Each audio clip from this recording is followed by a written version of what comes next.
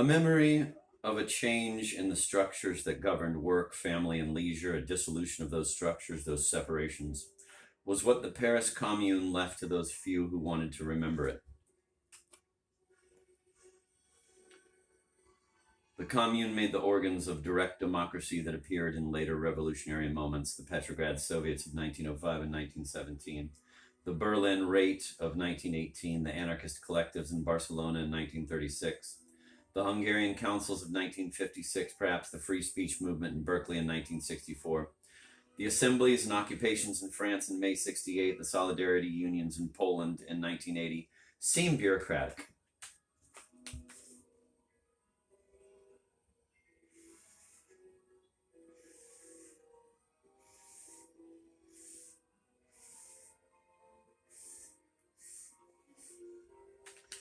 The Situationists wrote, the official organizers of the Commune were incompetent if measured against Marx and Lenin, or even Blanqui. But the various so-called irresponsible acts of that movement are precisely what is needed for the continuation of the revolutionary movement in our own time, even if circumstances restricted almost all of those acts to a purely destructive level. The most famous example being the revolutionary who, when a suspect bourgeois insisted that he had never had anything to do with politics, replied, "That's exactly why I'm going to kill you." Stevedores, it is said, spread philosophy like gossip. Clerks wrestled with absolutes. That's exactly why I'm going to kill you. The Commune may have had as much in common with John of Leyden's Munster as with any certified modern revolution. Georges Clemenceau, in 1871 mayor of Montmartre, thought so. It can hardly be an accident that the most convincing rejection of the Commune remains Guy Endor's 1933 horror potboiler, The Werewolf of Paris. As a dramatization of freedom, the Commune was also a riot of the social unconscious. As it uncovered every wish for life, it uncovered a wish for death, which contained a wish for the death of the Commune itself. With Bismarck's troops and the whole of the French army massed outside Paris, the communards never had a chance, and they knew it. Many were willing to die because after a taste of freedom that could be measured only by the inadequacies of the surprises of the previous day, they found themselves unwilling to settle for anything else. To live as they had lived only one day earlier, much less to return to the freedom of a choice between whatever commodities others had put up for sale, a choice between a Sunday in the park or on the river. So goes the legend invented after the fact. In that sense, the Commune was not a seizure of history, but a gift to it, or a curse on it, a standard against which the future would be judged, a moment to be worshipped or damned. As the century turned, the Commune dropped down into a footnote to the Second Empire, or floated free as an anarchist myth. It began to seem perfect, every failure absorbed into looming possibility, a work of art. In some ways, that is just what it was. The greatest and most prophetic work of art of the 19th century was Baron Haussmann's redesign of Paris.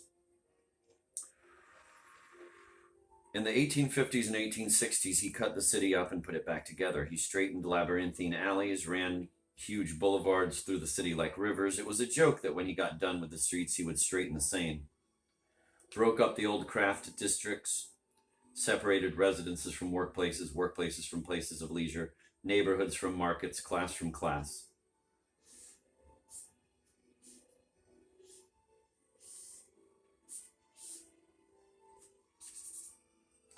It is a truism that Haussmann's boulevards were built to facilitate the circulation of troops, to make the barricades of the Revolution of 1848 an impossibility. It is less obvious, but far more wonderful, that Haussmann changed a collection of self-contained villages into a grid for the circulation of autonomous commodities, a transit system to accommodate the new desire of capital to move, to parade. It was art, but as the avant-garde would boast of itself from that time to this, as it attempted to catch up with Haussmann, not art for art's sake. Writing in 1985, Charles Newman caught the dynamic. A good case can be made for capitalist consumer culture as the avant-garde of our time. As Gerald Graff puts it, advanced capitalism needs to destroy all vestiges of tradition, all orthodox ideologies, all continuous and stable forms of reality in order to stimulate higher levels of consumption. Crisis becomes not a revolutionary, but the ultimate capitalist metaphor. But in truth, capitalism left the essence of the old hierarchy, separation, alienation altogether in place and raised instead a screen of continuous change. a show in which everything that was new was old as soon as it was pictured, and thus could be replaced by something even more falsely new. Or so it looked to Guy Debord, who in the Society of the Spectacle reached for the dynamic in uglier, harsher terms, who tried to bring the story back down to earth.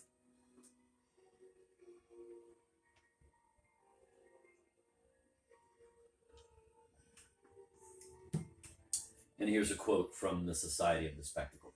Whereas in the primitive phase of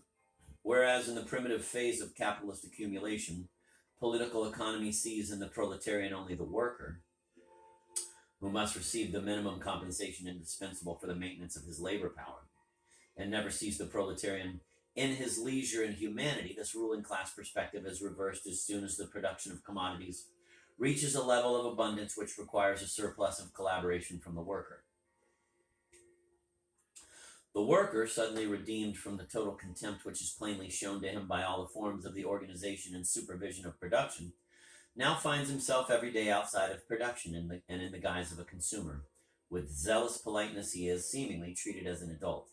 At this point, the humanism of the commodity takes a charge of the worker's leisure and humanity, because now political economy can and must dominate these spheres as political economy.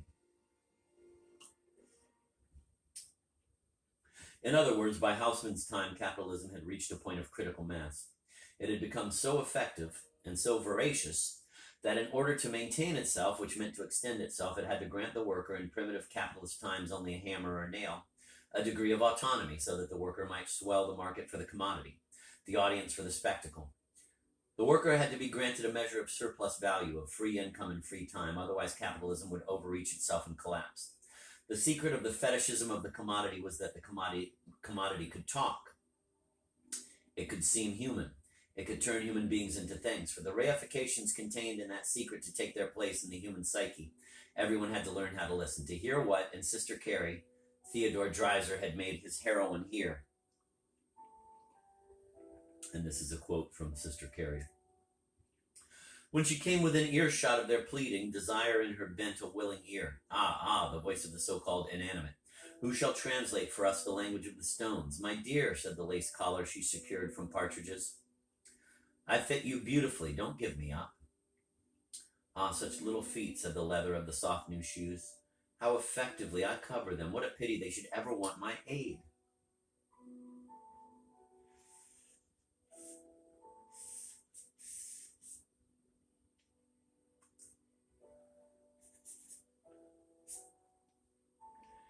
You are nothing unless you have everything. That was modernity. Modernity was the shifting of the leverage point of capitalism from production to consumption, from necessity to wish. It was a difficult project. All desires had to be reduced to those that could be put on the market, and thus desires were reduced to needs and experienced as such. As the situationists would argue, the modern capitalist project required the channeling of the potentially untrammeled desire in every human heart into a housekeeping of practical need, and the reduction of possibility into what they named survival, the reduction of life to economic imperatives. Here, the buying of what you buy not because you subjectively desire it, but because it has been objectively proven that you cannot live without it.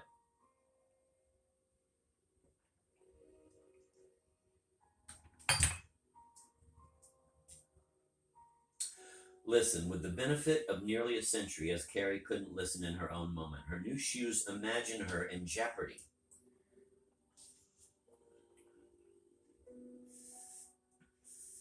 And suggest that they can rescue her, or should she prove herself unworthy, that they might not. What is at stake is not her own desire, but her ability to breathe. A certain transubstantiation, swollen with theological subtleties and metaphysical niceties, is taking place. In this story, power belongs wholly to the commodity.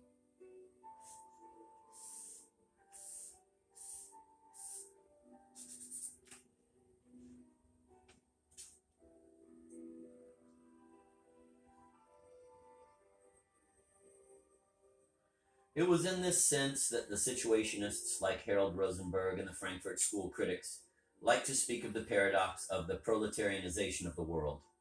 They meant that when political economy dominates life, it turns everyone, the worker who has been made over into a consumer, the bourgeois who already was one, into a sort of proletarian, a mute object in the face of the talking thing. The humanism of the commodity means that the commodity becomes human as the human being becomes a commodity. But where others saw only hardening concrete as a band of self-consciously modern revolutionaries, the Situationists thought they glimpsed a crack. They had come together, less than a dozen people representing such spectral combines, aesthetic cults at the most, one-person art movements at the least, as l'Internationale Lettriste, Il Movimento Internacional per una Bauhaus Imaginista, and Art Nuclear, holding their first tentative conference in Alba, Italy in 1956 in the belief that they could find that crack, map it, pry it open until the old world disappeared into its hole.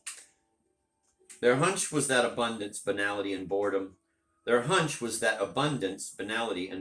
modernisms not only as levers of bland tyranny, but as opportunities to discover new desires that a truly modern international might identify, publicize with all the weapons of satire, bluff, irony, and finally violence, and then stand ready to guide into a great common action, an eruption of negation into a new world. Proletarianization, the tyranny itself, was itself the crack. When almost all were proletarians, almost all were potential revolutionaries. As theorists, the Situationists tried to see themselves as victims, no less proletarianized than anyone else. They tried to lift the weight of the world onto their shoulders and then to feel out every way in which that weight was crushing them. Self-consciously superior only to the mindlessness of the condition they were forced to endure, along with everyone else, they tried to refuse both the comforts of the past and of the grave. Melancholy and nostalgia are the wheels on which Rosenberg and the Frankfurt School turned their phrases. The Situationists fought against both with every word, trying to banish sorrow for fury. As victims, they sought empowerment, and you can still feel it. The aggression and arrogance Malcolm McLaren tried to tell Peter Urban about, an empowerment that sometimes seems to turn into palpable fact, as infectious as a disease in every good word the Situationists wrote.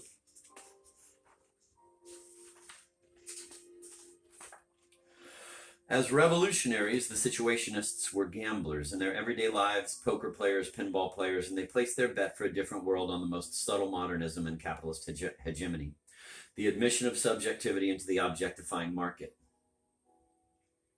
The commodity was king, but like the king who after generations of inbreeding ends his line as a mutant, the commodity was also a freak. It could talk, but it was stupid. The commodity could seduce, but it was also blind. It could bend Carrie's ear, but it could not tell Carrie from you or me. In the world of the spectacle, all cats were gray in the dark, and it was always dark.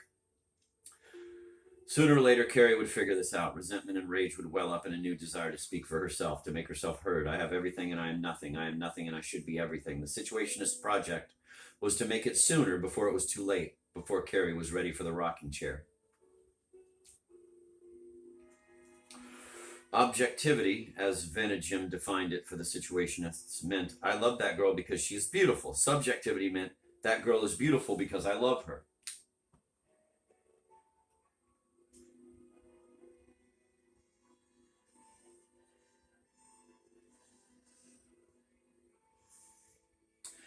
If the central human faculty is the ability to consciously want more than one can have, then emerging from it is the ability of each person to want something different from everyone else.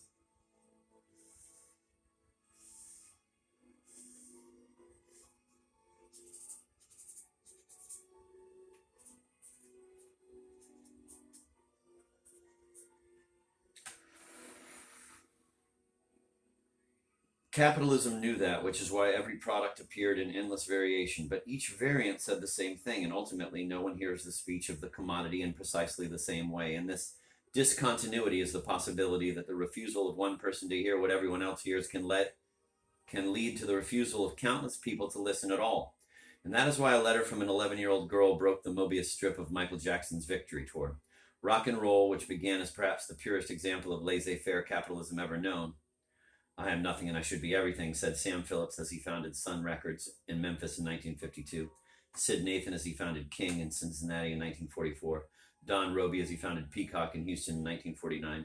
Maybe they said I should have everything, but the commodities they sold surely said I should be everything. It was a game of subjectivity in the objective marketplace. No matter how deeply buried, that rhythm could not be killed, and so the chickens came home to roost.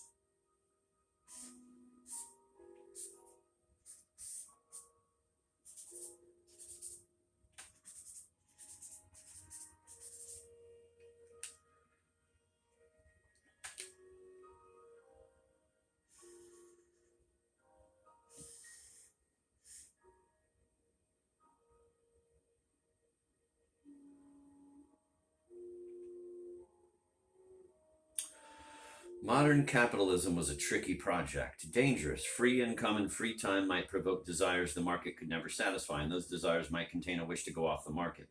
In the early and mid 1950s, laissez-faire rock and roll capitalism was so marginal that for all rational purposes it was off the market. And yet the desires it was able to excavate were to prove so powerful that the marginal anomaly soon enough invaded the market, made its own market, which by Michael Jackson's time could be found at the heart of social life. LaDonna Jones played out a fable, but one need not go back that far. Her solitary intervention was a version of the mass intervention that today we call the 60s. The 60s is merely the name we give to a disruption of late capitalist ideological and political hegemony, wrote the leftist editors of a 1984 anthology on the period.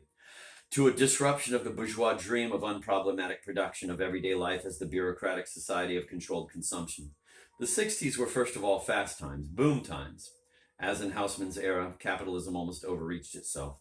Too many people had too much of everything that was on the market, and so they had the leisure to think about what else they might want. A decade after the formal end of the 60s, there would remain in the West a guilty memory of its incomplete disruptions, a fear of its unsatisfied chaos. As Debord said in 1978, demands for liberation and pleasure, all fragmented but still seeking the free field of autonomy and solidarity, were by then part of the fabric of life, and there was combat for and against them everywhere.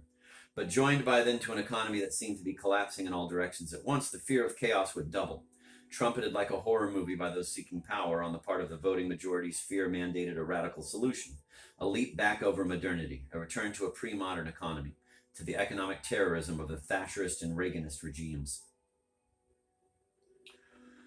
The chaos of the 60s had come directly from the loosed spheres of leisure and humanity, the domination of which Debord had identified as central to both the continuation of capitalism as power and its continuation as hegemony.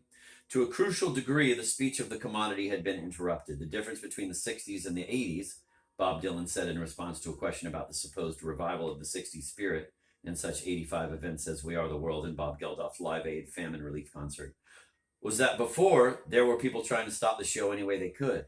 Then you didn't know which end the trouble was coming from, and it could come at any time. Political economy had indeed failed to dominate the spheres of leisure and humanity, to dominate them as political economy, and so those spheres had to be forcibly restricted. The problem with the 60s was that people had come to take their leisure and humanity as rights. The Thatcherist and Reaganist project was to turn those things back into privileges. Quote, the Tory solution to Britain's economic recession, Simon Frith wrote in 84, when that recession was almost a decade into its history, when unemployment in the UK had climbed from the scandalous 1 million that elected the Tories to more than 3 million, is a new version of the 19th century's two nations. Growth is now supposed to come from the leisure goods industries. The new jobs will be low-skilled and low-paid. The non-affluent will service the affluent. The new working class will work on other people's leisure. He could also have said that in Margaret Thatcher's New UK, which since 1979 had served as a harbinger of Ronald Reagan's USA, failed mass strikes and riots in the poverty ghettos were not only costs of this new economy, but linchpins. Social and economic exclusion organized as spectacle. You could be next, said the commodity that others could not afford to buy to those who could. Keep your nose clean. It was as if Thatcher and Reagan had adopted a keynote of situationist theory. Abundance is dangerous to power, and privation, if carefully managed, is safe.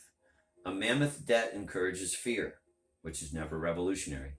A high level of unemployment ensures a ready pool of strikebreakers, translates the curse of a bad job into a blessing. The transformation of the family man from a responsible member of society interested in all public affairs, Hannah Arendt wrote in 1945 in Organized Guilt and Universal Responsibility, to a bourgeois concerned only with his private existence and knowing no civic virtue, is an international modern phenomenon.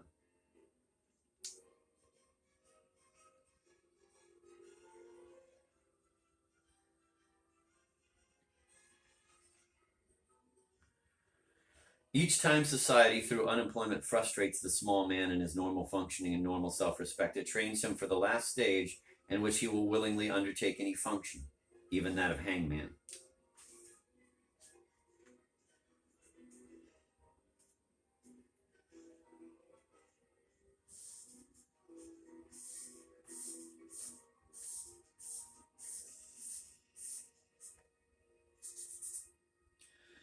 Arendt told a story. An SS member is recognized as a high school classmate by a Jew upon the latter's release from Buchenwald. The Jew stares at his former friend, and the SS man says, "You must understand, I have 5 years of unemployment behind me. They can do anything they want with me." To be sure, the rhetoric of the new rulers was both forgotten and ultra-modern, crude and dreamily paradoxical. Commentators spoke with awe at the way Thatcher and Reagan denounced the hedonistic anarchy of the 60s as a moral wasteland responsible for economic disaster, while simultaneously celebrating untrammeled capitalism as a personal quest for autonomy, self-realization, adventure, fulfillment, possibility, imagination, risk, and desire, literally taking fragments of May 68 slogans into their mouths. The key words were adventure and risk. When an ever-growing number of families found their survival in question, survival ceased to function as an ideology, for an ideology is dominant to the degree that it falsifies, to the degree that it can float free of all real-world reference. Both Thatcher and Reagan promised everything to anyone with the grace to leave the damned behind. At the same time, they spoke of the continuity that should have been. As against the interruptions of the 60s, Reagan said early in his presidency, "We must mobilize every asset we have, spiritual, moral, educational, economic, and military, in a crusade for national renewal. We must restore to their place of honor the bedrock values handed down by families to serve as society's compass." That was the rhetoric, working from a speech in which Reagan amended the Declaration of Independence to read, "Born free rather than created equal." The political critic Walter Karp deciphered a reality so weird that almost no one understood it.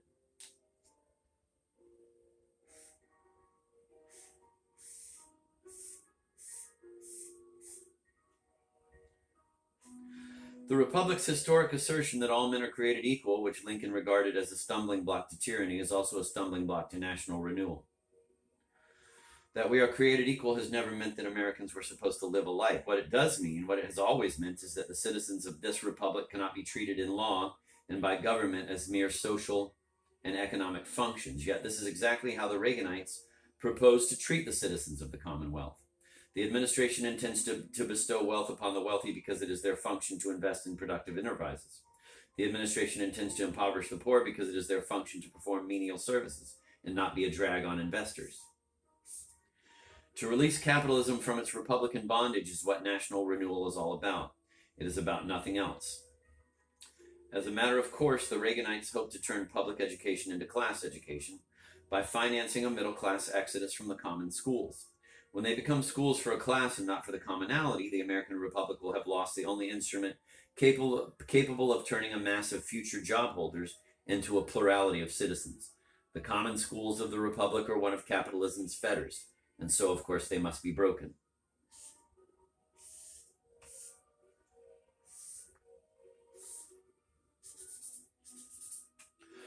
Karp was not writing in some obscure radical journal printed in smudged ink on cheap paper. He was writing in Harper's. Nevertheless, he wrote with the maddened patience of one who knows the only words that can say what he means have been robbed of their meaning, turned inside out, discredited, then re-empowered, passed into their opposites, and this was only 1981. In 5 years or so, what Karp was saying would sound really crazy, even though by then the facts to prove his case would be on the record. Digging deep into the back pages of the newspaper, he could learn that Terrell Bell, Reagan's Secretary of Education from 1981 to 1984, had written an article in which he told of, quote, constant battles against a well-organized network of the far right, identifiable by their Adam Smith neckties, who, Bell said, enjoyed extraordinary privileges and automatic forgiveness from the White House. Bell says their ultimate goal was the destruction of public education and its replacement by a marketplace system of private schools run by entrepreneurs. In 1986, this sounded even more paranoid than Karp's entrail readings had in 1981. Pretty strange, you said as you read the item, especially that bit about the Adam Smith neckties. Wonder who thought that one up. Sort of a human interest story, like scanning the paper, the two-headed baby in Peru. The bishop declared that the baby contains two separate souls. Or ping-pong ball-sized UFOs in Brazil. Fighter pilots pursued the phenomenon until the aircraft ran out of fuel. Karp knew none of this as he wrote, not the neckties, the baby, or the ping-pong balls. But he pressed on as if he knew this was the context his words would find. The Reaganites do not even care about the so-called free market, which is merely one of their confidence games. He said, now almost ranting, shouting. What the Reaganites really cared about, he said, was this. They want capitalism in America to become what Karl Marx thought it would be by nature, the transcendent force and the measure of all things, the power that reduces free politics to trifling. the citizen to a worker, the public realm to the state to an instrument of repression, protecting capitalism from the menace of liberty and equality with which it grew up as Cain grew up with Abel. Marx's description of capitalist society is the Reaganite prescription for America. That is the meaning of national renewal.